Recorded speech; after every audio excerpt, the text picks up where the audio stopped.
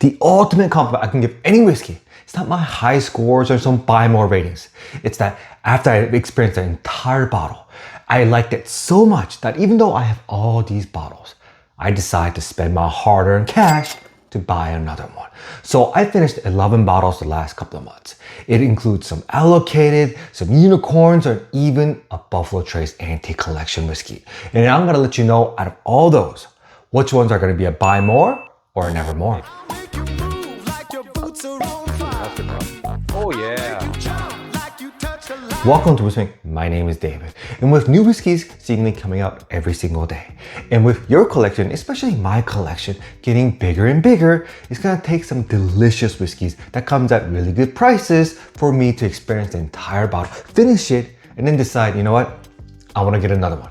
So I'm gonna go over the 11 bottles I finished and let you know if they're a buy more or never more, and the reasons why. Oh, and as a bonus, if they're an allocated bottle that usually you can't find at retail price, I'm gonna let you know what's the maximum price I'll pay for them. All right, now let's get on to the bottles. So first one, this one has a cult like following. There are people who go crazy for this, but there are also people who tasted it and be like, it's not really for me. It has that Southern craft funk that they really don't like. Now, I like it, but because it's not really available here, I have to either ask for favors or I have to go through some hoops, and sometimes I don't know if it's gonna be worth that hassle. It's gonna be Dettling Bourbon. This one was a 48-month aged bourbon that comes in this white can. Now, I know there's the different waxes have different meanings. I know the gold one is their ultimate premium one. Their green one is obviously rye, and the white, and they have some varied colors. But I was able to find this for $80, and I got this through a friend who got it through some Discord that had a deal. So basically, I had to ask for somebody that had to ask somebody that got it, and then had to ship it to somebody, and then it's a very big mess. Now, the price point, if it was sitting on the shelf right here for $80, it would probably be a buy more. But because of all the hoops I have to go through, because of how hard it is to find, because of now that there's so many people looking for it, now it's a never more. It's just too much of a hassle. Again, if it was just right here, or if I had to just ask a liquor store here, just, because it's allocated here, maybe it'll be worth it. But man, I have to ask somebody who has to ask somebody who has to talk to somebody who has to ship it to somebody who has to, whatever. It's just not worth it. And so, do I like it?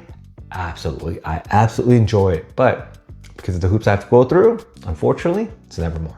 And the next bottle, well, previously this was a nevermore because it was easy. They had a sister bottle that had better stats, usually tasted better, and was cheaper. So it was an easy nevermore. But now that sister bottle, well, the stats have come down, the prices have gone up, and the taste has also, the quality, I guess, has come down. So this is a little bit more attractive, but does it make it a buy more? Well, let's find out. It's going to be the Elijah Craig Private Cask. Now, this is a select by all cask. It's 10 years old. It comes in about basically 120 proof. And this was a delicious pour. But remember, the Elijah Craig barrel proofs, they used to be 12 years minimum. And they used to, a lot of them be at least 120 proof plus, some 130 proof plus. So, and those were like $60, $65. Well, this one, it was, I guess 2-3 years ago, was like 80, 90, sometimes $100. So getting the barrel proofs at that time was a much better value. Now, the barrel proof cost has gone up to about $80, $85.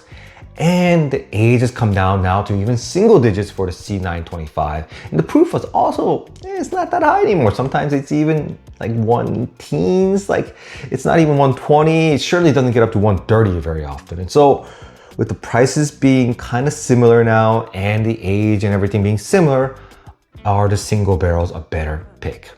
Well, for me, it's still a nevermore. Now, there could be exceptions. Maybe there's a super great pick that a liquor store does. I taste it.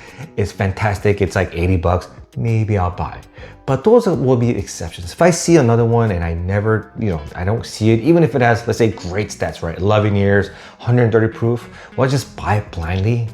No, I will not. I will need a taste, or I will need to get a pour somehow in order for me to buy another single barrel or a private fruit set from Elijah Craig, just because, again, the barrel proofs are still a good value in terms of the money. So I'd rather get the barrel proofs than this single barrel. Now, speaking of the sister bottle, well, I did finish a couple of them, so let's go over them and see if these batches are worth the rebuy. It's going to be the Elijah Craig Barrel Proof, the A124 and the B524.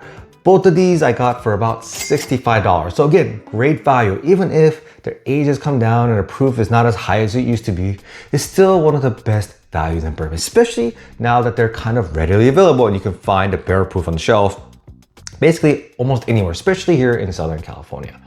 But because they do have 3 batches a year, because they're so readily available, sometimes you have to be picky and choosy about the batches. So are the A124 and the B525 worth, or B524 worth the rebuy? No, these will be a nevermore.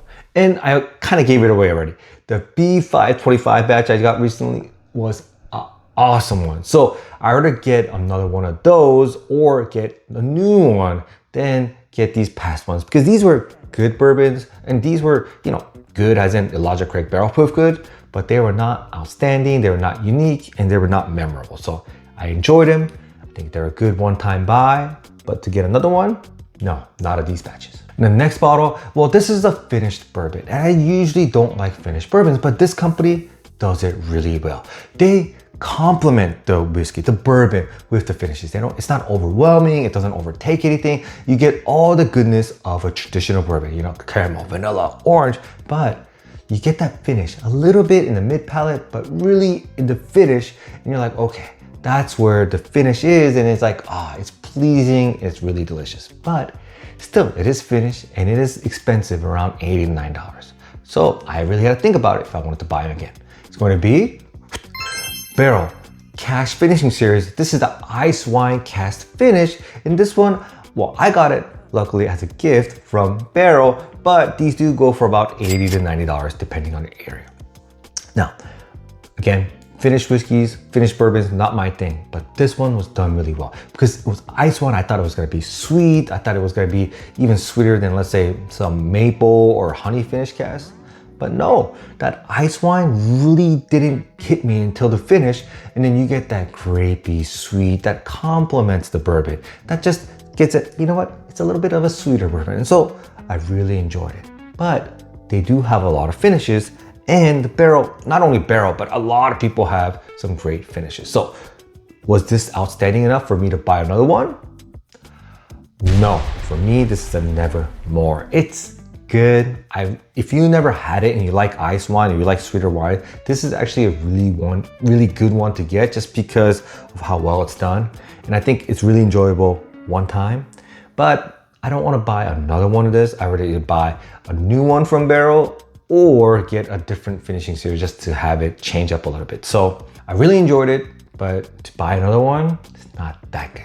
And the next bottle I had to think about, well, this one was from Wild Turkey. Anything they do, I usually absolutely enjoyed it. It's a buy more. But this one, they were trying to recreate something from the past. Just by the tasting note. They were trying to recreate it with the bourbons they have to taste exactly like what it was in the past, which is almost impossible to do. But hey, it's fun. It's a cool story, so I bought it. But did I really enjoy it enough to buy another one? Well, let's find out. It's going to be Bond & Liller Batch 2. Again, this is from Campari, basically Wild Turkey. Now, Eddie Russell got involved with the Batch 2, and he tried to recreate what Bond & Liller did back in 1903. And he went off the tasting notes to try to create it, and it was cool. It was nice, but it was turkey. It wasn't anything crazy amazing. And the price point, this is a 375 milliliter. That came at $50. So if you look at it from regular bottle standpoint, it's $100 bottle. That is a really expensive pour. So obviously with the price, it's gonna be a never more. I would get a Russell's Private Select. I would get obviously a rare breed. I would drink, just a regular single barrel, the Russell's Reserve single barrel that comes in 60, 70 bucks. This for 375, 50 bucks, oof, just a little too much. And for me, never more. Now let's move on to the Allocate stuff. But I have to tell you one thing. For these, if you find that at retail, it's probably gonna be a buy more. But because they're so hard to find, or they're in the past and you can't find them anymore, it's almost no way, or I don't wanna say no way, but it's really, really hard to find it at retail. So I'm gonna tell you the maximum price I will pay for it if it's a buy more. Well, this brand, is really exciting. A lot of people love it, and it got more popular because they thought we're gonna go away. But luckily it didn't go away, and they're starting, they're making new whiskeys again. But this one, the older stuff, especially the older stuff, is really fantastic. And so I don't know if I can even find another one. Let's see if I'm actually gonna buy another one. If I do, it's gonna be Old Carter Bourbon Batch 4. This one's an older bourbon batch, and so you usually can't find this. I think this one at the time was retail like $180, $200. And at the time it was very expensive. But now I wish I got 2 or 3 of these bottles just because of how good it is. Now, would I buy another one of this at $180? Yes, that's a definite yes. Now, what's the max I would pay for one? Probably around that age, about $180, $200. Now, does that mean I'll ever find one again? No, because these are older batches. A lot of people love them. A lot of people pay up to $250, $300, or even $350 for these. And so, will I see one for $180, $200?